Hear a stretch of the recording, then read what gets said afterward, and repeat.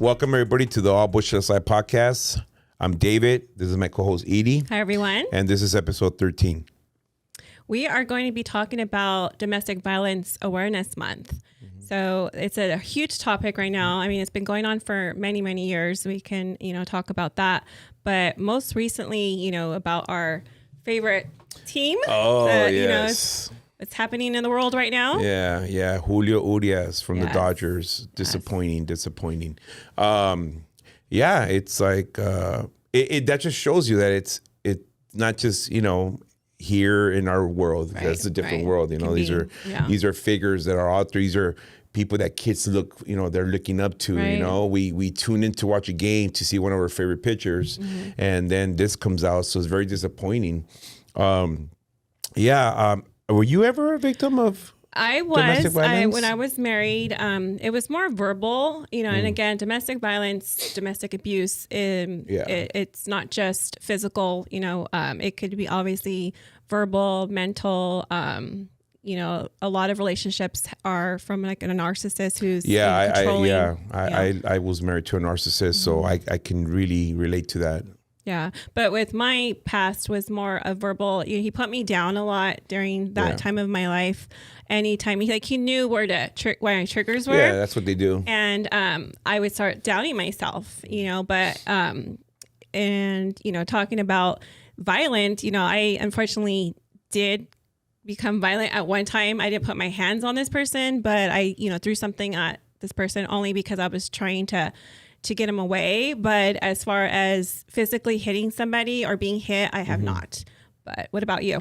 I'm not going to lie. There was a few occasions where I did put hands on my ex, and in a way of, I know it's not correct, but I think one night, we're both really drunk. We're out and about, and she said some things to me, and I think, I remember kind of slapping her a little bit, where it wasn't like very like, I'm a big dude, but it was, I still made contact with her. Words were exchanged, and whatever, you just, you deal with it. I think when she was pregnant, I remember we got into a really bad argument, and she was like all in my face, and I kind of just like pushed her back a little bit, and she just kind of sat on the bed. It wasn't violent. Other than that, it was mostly just verbal, mental. It got to the point where we would just go at each other. And I think 9 out of 10 times it was mostly her, probably being that she's a female and she knew she'd get away with it. But I think, like you said, it's not just verbal. I mean, it's not just physical, it's verbal. With her being that she's a narcissist, a lot of putting me down. Yeah. It's like I was never enough. I would go out there and work 7 days a week. It wasn't enough. Or I was out there doing this or that. It was never enough. It was always something. It was always putting me down, or I didn't make it up. Mom is like always, and that'd be, it's overwhelming. Yeah. It's overwhelming. You get tired of it. And it just became it just got to a point where I just kind of shut up. I let her, and then, and another thing that I would always do was, my anger issues. My anger issues stem from a lot of things, from being young, having, growing up the way I grew up. And then a lot of it was from her verbal, from her always talking shit. So my biggest thing was always like, if I had something in my hand, if I had a remote control, I would break it. Or I would just get up and go hit a wall. But it was never hitting her. It was always your way. That was my way of dealing with her, with all the shit she was talking. Belittling me in front of people. And I was like, what are you doing? Like, it was always because of the alcohol, And eventually it just became so normal to me that I was like, whatever. I would just let her win. I learned to walk away, take a drive and whatever. But it wasn't like, the whole 20, 21 years, it wasn't like it was all the constant all the time. It just got to a point where I already knew the kind of person I was dealing with. Once the alcohol hit, just shut up. Let her talk shit, and then the next day, whatever. It was just a reboot. And eventually you get tired of it. Yeah, and, I've been reading that 1 out of every 3 women are abused, and also 1 out of every 4 men. So, you really don't hear a man beating up a woman as much as you do, a man, physically abusing a woman, but it's happening a lot. And also same sex marriages and couple. It didn't even have to be marriage. You can be in a long-term relationship. Oh, yeah. And I was just listening to a podcast the other day, and, it was a male with, he was with his boyfriend, and he was in a toxic relationship prior, and he was explaining how that male was so controlling over him. So again, it's not just, the woman being treated like that way. So it's just, again, you just never know what somebody's going through, no matter who you are. And obviously, our Dodger player, who knows what he was dealing with. At the same time, I don't think it's like we have to condone his behavior. Right. Who knows? We don't know. I don't know who his wife is, or if that's his, or whatever. But at the same time, it's like, there's a video out there already about this. I haven't seen it, but it's like, this was the second time. So now you're known as an abuser. It's my second time that's, even known, because again, usually it doesn't just happen 2 times, you know what I mean? Yeah. It's like he got caught, so unfortunately. But again, the reason why we're talking about this is we want to bring out awareness, and, not just to, females or males, but to everyone from a teenager to adulthood, because again, your friends can also be abusive to you. And I know a couple of youngsters that I talk to, and it's just crazy that they're controlling them. It's a form of abuse to me. The bullying and all that. Yeah. And it goes all across the board. Right. And it's unfortunate, because, what I feel is like we need to break that cycle of, because what's going to happen is if they don't learn and respect themselves and know that other person has the issue, they're going to bring it into the relationship. Yeah, and that's one of the biggest things that I wanted to work on for myself was, if I was going to be in another relationship, was not to bring anything negative from my past. Right. Well, everybody that knows me, they obviously know that I've been very open. Right. I'm not afraid to put myself on blast. I'm not afraid to talk about the shit that I've done. I know the mistakes I made, but I know that I actually fixed them. I know that. I know I did go to anger management classes, and for me, not just for the relationship, but for me, because I don't want to have that issue. I don't want to come into this relationship that I'm in and beat in this or no.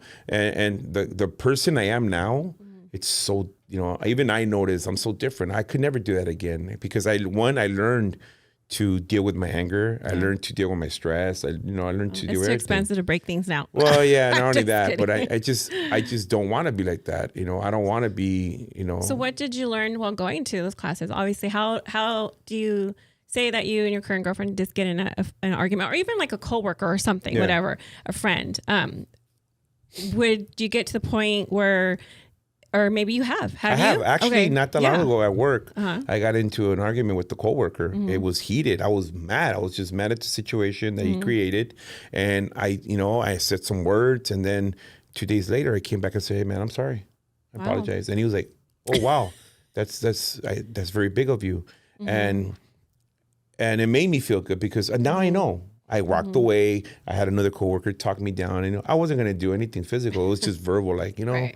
But I know, or back in the day, I would have let it go, or I would have probably waited for this person after work or for something and beat their ass.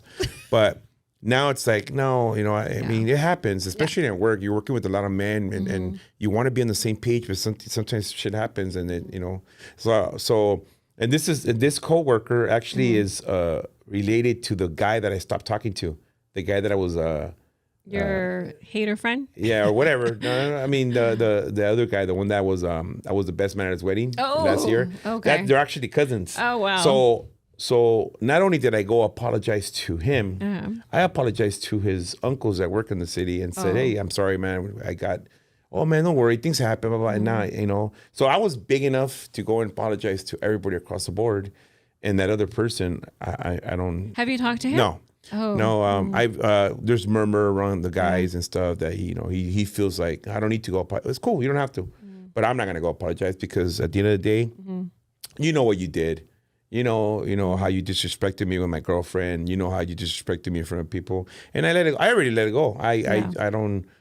We don't follow each other. We see each other at work once in a while, and it's just like, I don't know who he is. It's fine, and I'm good with it. And the old me would have went out for revenge, but no, not me. No, I'm good. I'm good now. I don't care. The way I see it is, my circle gets smaller, and I don't have to worry about this person. And and I've heard he talks a little bit here and there, and I don't go confront him. I don't go. I don't care. Do you feel, because like you said, you don't care, but Do you feel like you can have a conversation with him? I actually can if I wanted to. I had a friend that's trying to be a mediator, and he said, "Would you have a conversation?" I go, "Yeah, we could sit down and talk." But what is there to talk about? Hey, you said what you said. Yeah. I said what I said. But at the end of the day, you were not, disrespected my girlfriend by just constantly staring at her or making her feel uncomfortable. Yeah. And he's told people how he has, and I'm sure the person he's with has caught him. But it's like one of those things where you're just very nonchalant about it. Yeah. And it doesn't matter. It's not my problem anymore. But that's where I stand. My thing is, look, you did what you did. This is why I'm not talking to you. And that's it. Like we could be coworkers and be cordial. Yeah. Cool. But outside of work, I don't want to go sit at your table, and I don't want you to sit. You were his best man. It's just weird. But anyhow, everything happens for a reason. And thank God that you're not where you were before, because like you said, you would have probably. Oh yeah. I was very, very. I would get heated easy, and I would go fight and everything. No, not anymore now, because one, it's like I don't want to get myself in a situation that I'm gonna go to jail or. Right, it's not worth it. I mean, it's you not worth lose what you have. Yeah. Yeah. I don't know. Let me ask you this: did you ever see domestic violence in your household growing up? Oh yes, I did. Oh, okay. When my parents were, together, when they got together when they were 17, and they grew up together, right? So, taking it back, my dad was abused when he was smaller, and my mom, I don't think she was, but she had to grow up fast. But because of the insecurity that my mom went through, and my dad cheated on her years later, my mom had so much hurt and anger, because at that time she felt like she just wasted her life, right? So when my dad became a cop, and finding out he was cheating and stuff, I remember seeing my mom one time. Well, there was multiple times, but this one time we used to have like the frying pans that used to hang. Oh yeah. And not it's so hard, the thick frying pans. I remember my mom screaming at my dad, and I think he had like a hickey or something, and he was getting ready, and all of a sudden she's calling him names, English and Spanish, and I went out and she grabbed the frying pan and she was ready, like she started throwing them at him, and I was like, oh my gosh, he's gonna get knocked out. Sure enough, she hit him. I thought she knocked him out. I mean, I thought she killed him, because she literally knocked him out, and at that time, his best friend had just got there. He woke up, but pretty much that's probably the worst that I, witnessed my parents. But she could have killed a cast iron. Shit. That's what I'm saying, that she could have killed him. And again, out of anger, because you feel, what you felt at that time, it could have been a gun, it could have been a knife, it could have been, but I never saw my dad hit my mom. He never put his hands, probably because he knew he was wrong. But my mom was just so angry. And, years after, when we talked about it, we laughed about it. But at that time we couldn't, And now I find myself in my past relationship, when I was married, I was so heated that I, again, found the closest thing to me and I hit the person with it. And it was a guitar, but it was a wooden guitar, but still it was at that time, I was just so angry, and he was bigger than me. So it was like, I can't, hit him, but he was just in my face, and I just felt like I had to protect myself. So bottom line is so my mom do it, and then I personally did it. Yeah. But after that, I never did. And I was so embarrassed because he called the cops on me. I was like, this wimp. No, but still, I'm not saying to hit somebody, but at the point where I was at, I felt like I was defending myself. But still, he tried to reverse it and get me in trouble with the cops, and obviously nothing happened to me. But I was at that moment, I said, you know what, this is over. My marriage is over. For me to be at the lowest part where we're putting hands on each other. Yeah, there's already no respect. Right? It's over. It's over. And you see a lot of these days, a lot of these females, he's hit me, he's cheated on me, he's this, he's that, he's hit the children, and then they accept him back, and it's like, shit. What's going to happen next time? Is he going to kill you? You hear it all the time. We've seen it in the TV, celebrity world, where like what they said OJ did or whatever other like all these things where it just leads to the signs were there the whole time. She was always in and out of police departments or.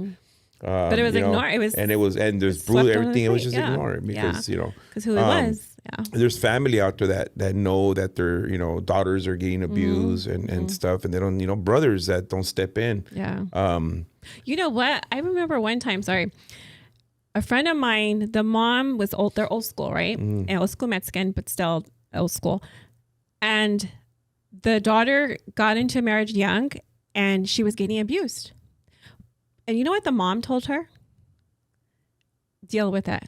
Yeah, because they're back in those days. Like, yes. You just, that's the way it is. It's a marriage. You marry, that's it. You know, you see it all the time. You hear it all the time. You know, that's the way it was. The man would cheat and do whatever. They come home. The woman would still wake up and make them something to eat. It's like it was you're married. That's it. Because back in the day, they just believed in there's no such thing as divorce. Right. You know, there's no such thing as this. That you just deal with it.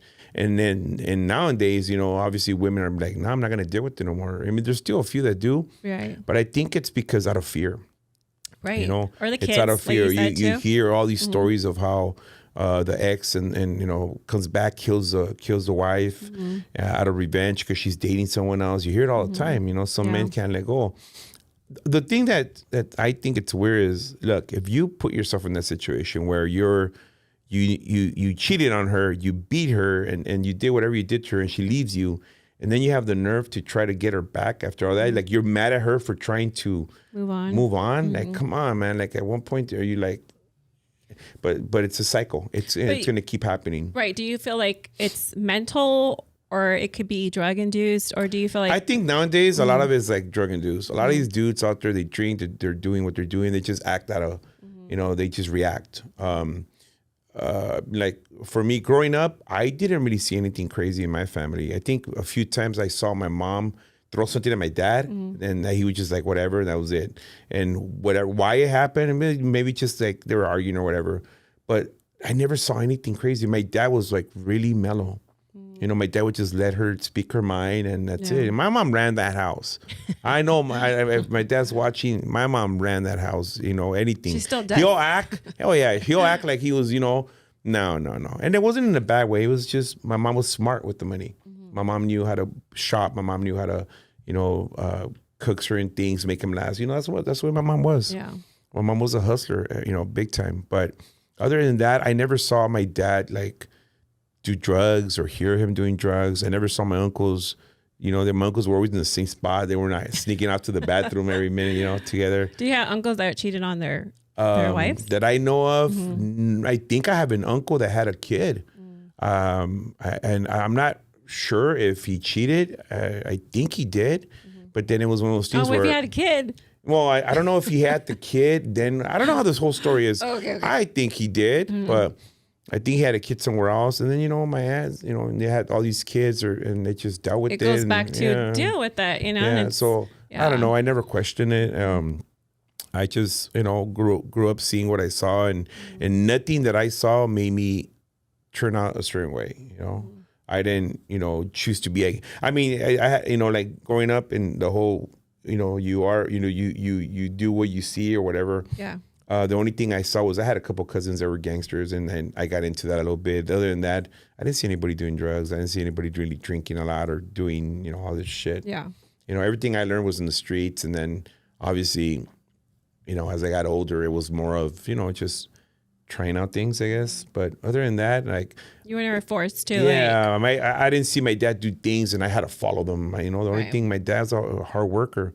And that's why, you know, I became the way I, you know, became, working all the time. But domestic violence, no. Now as an adult, I hear about it. I have my mom's sister that she don't talk to no more. She told me these horrible stories about how my uncle was bigger than me. Wow. And my aunt was real tiny, and he would destroy her and beat her, and she had no choice. Yeah. I'm sure she had a choice, but in her eyes, she didn't. You know, he's a provider.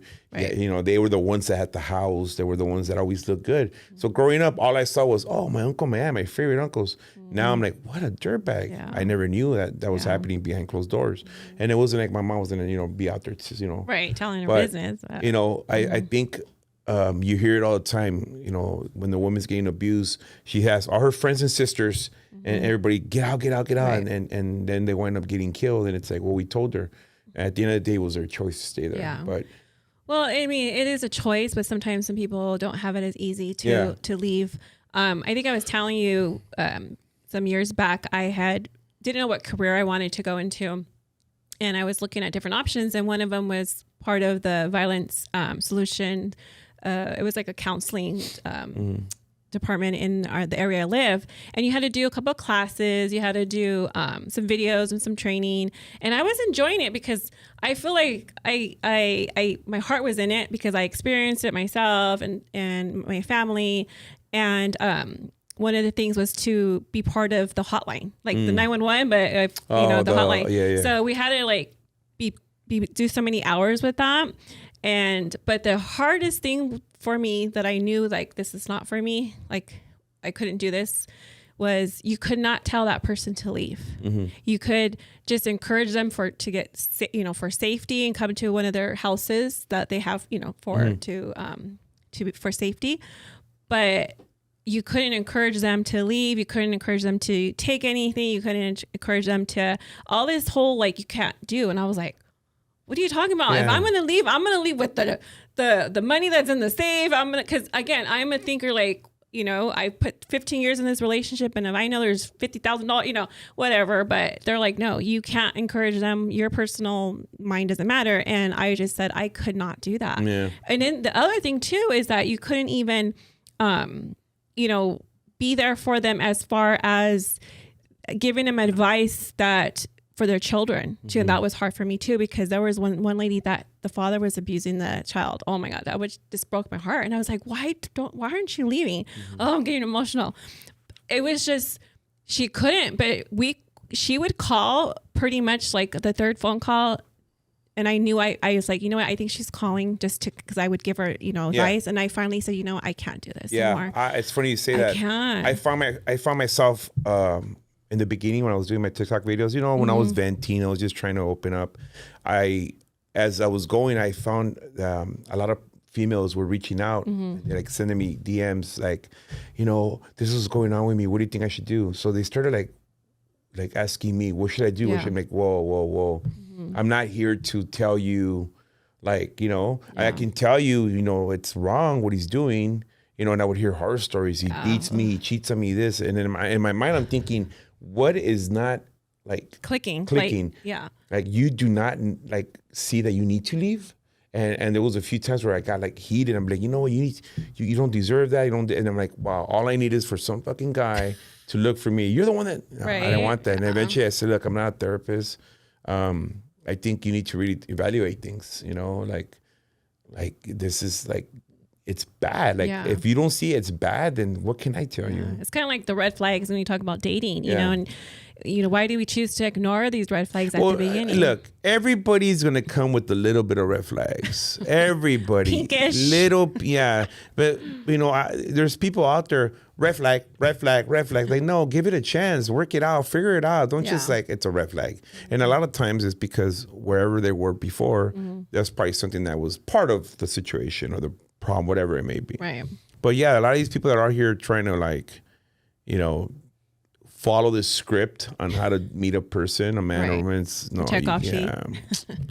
But I mean, it's good to have standards and goals, especially what you've learned. But I hear what you're saying, especially what I'm doing it right now. I'm dating, and if there's a couple of people, forget it. I'm probably a big red flag for them, but only because I know what I deserve and I know what I want. And if that person can't mirror that, then what's the point, And again, there's some people, women, and men, that they're so perfect at the beginning. And then I'm probably like, oh, he's too perfect. I'm overthinking it. Yeah. But then you hear stories like this guy's perfect and he's this and he's that. And then all of a sudden, he beats women, and it's like, oh my gosh. But still, as far as, red flags, especially if you at the beginning and he's a drinker, does drugs or vice versa, as a woman or a man, don't think it's going to get better because most likely, unless it's in counseling, like, you got help for yours, actions speak louder, so I'm not saying to like not ever stick with somebody, but if they're making effort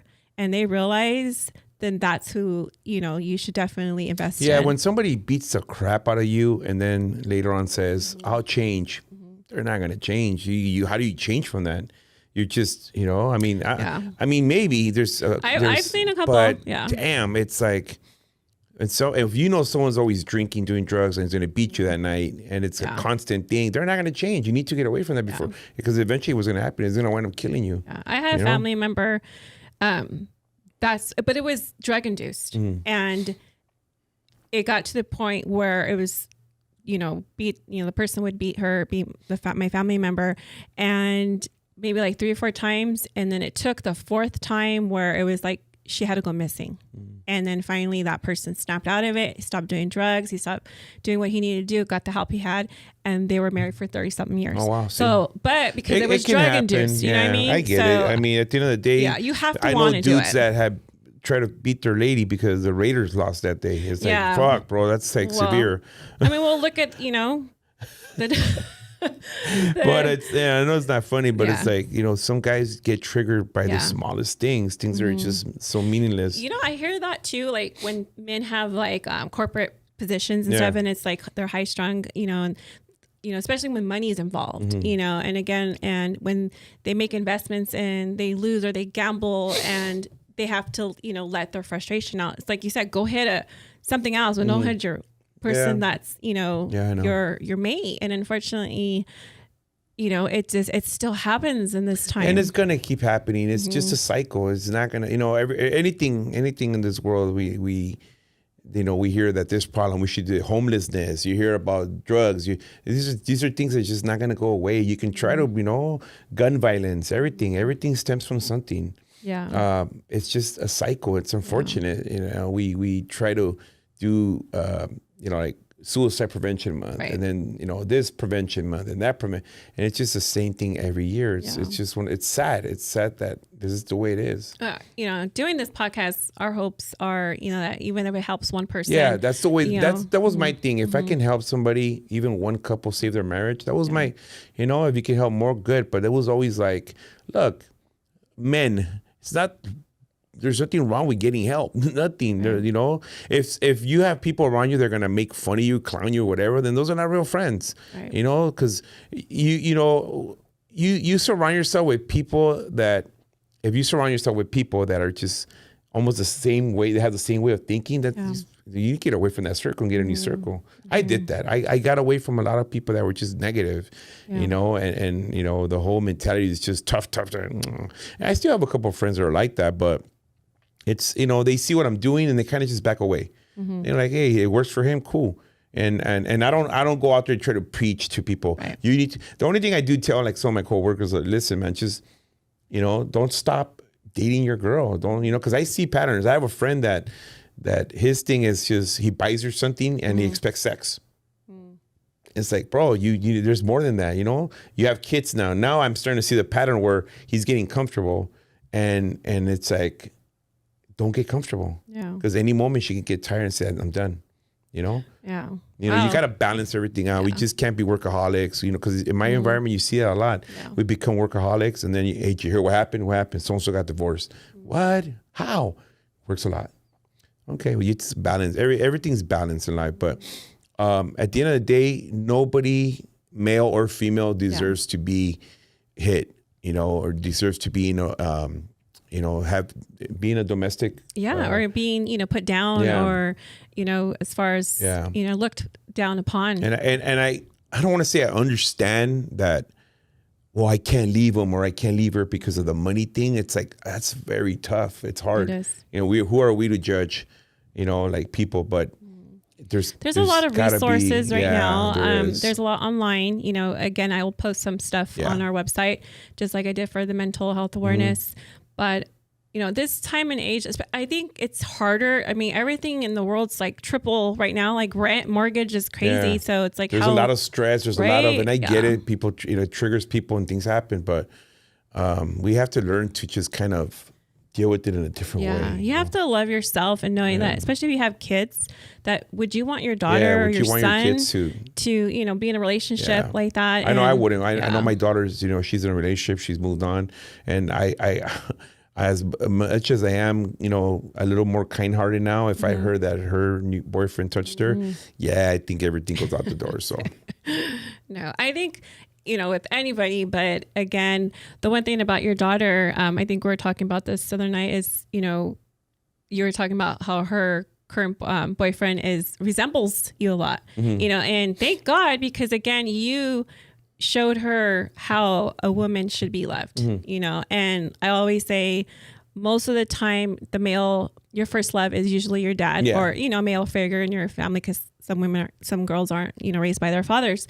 But can you imagine if you were the abuser? Oh yeah, that would have been bad. Right? Seeing my side and seeing, the side, the way her mom was, at the end of the day, my biggest job was for her to see that I was there. Right. I never want my daughter to say my dad was never there. Whatever me and her mom went through, it wasn't a competition thing, because if it was, I won.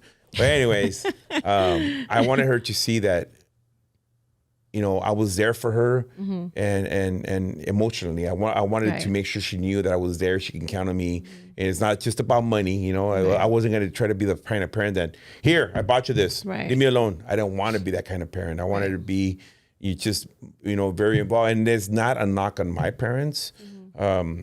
I come from old school Mexican parents, and they provided everything, but obviously everything I learned now how to be more loving, it just grew. It's from stuff I had experience in life.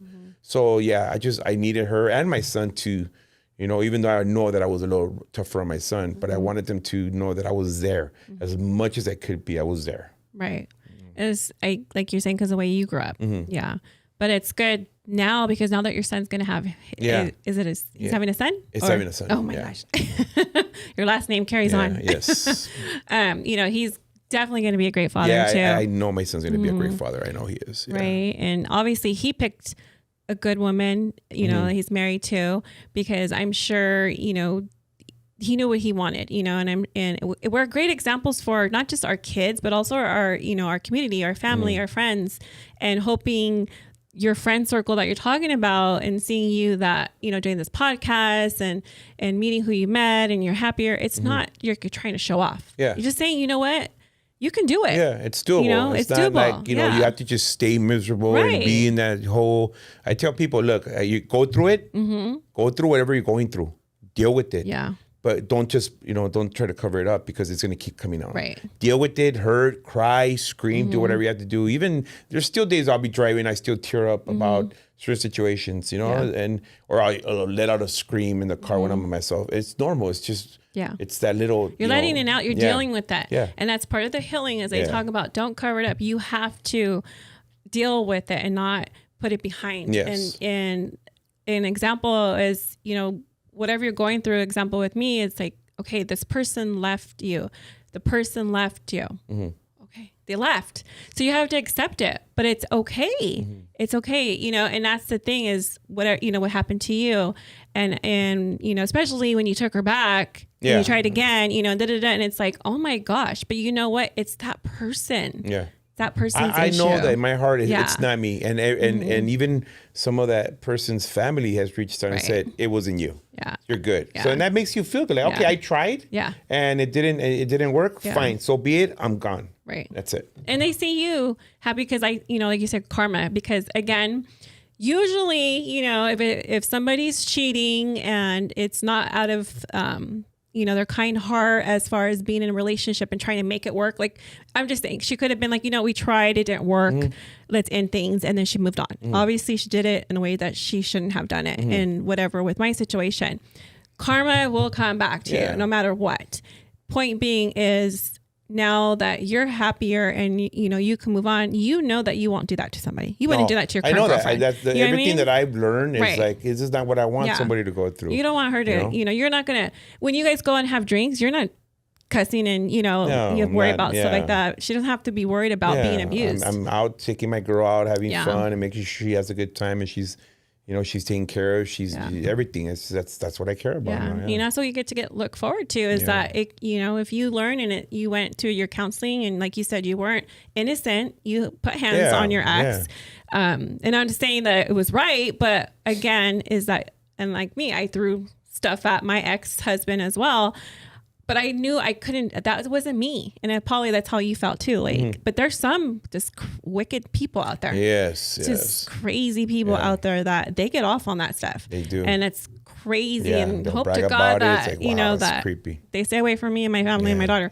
But bottom line is, this is the, domestic violence abuse month. And please, if you need the support, if you need somebody to talk to, reach out. I'll put the numbers on our website. Don't be embarrassed.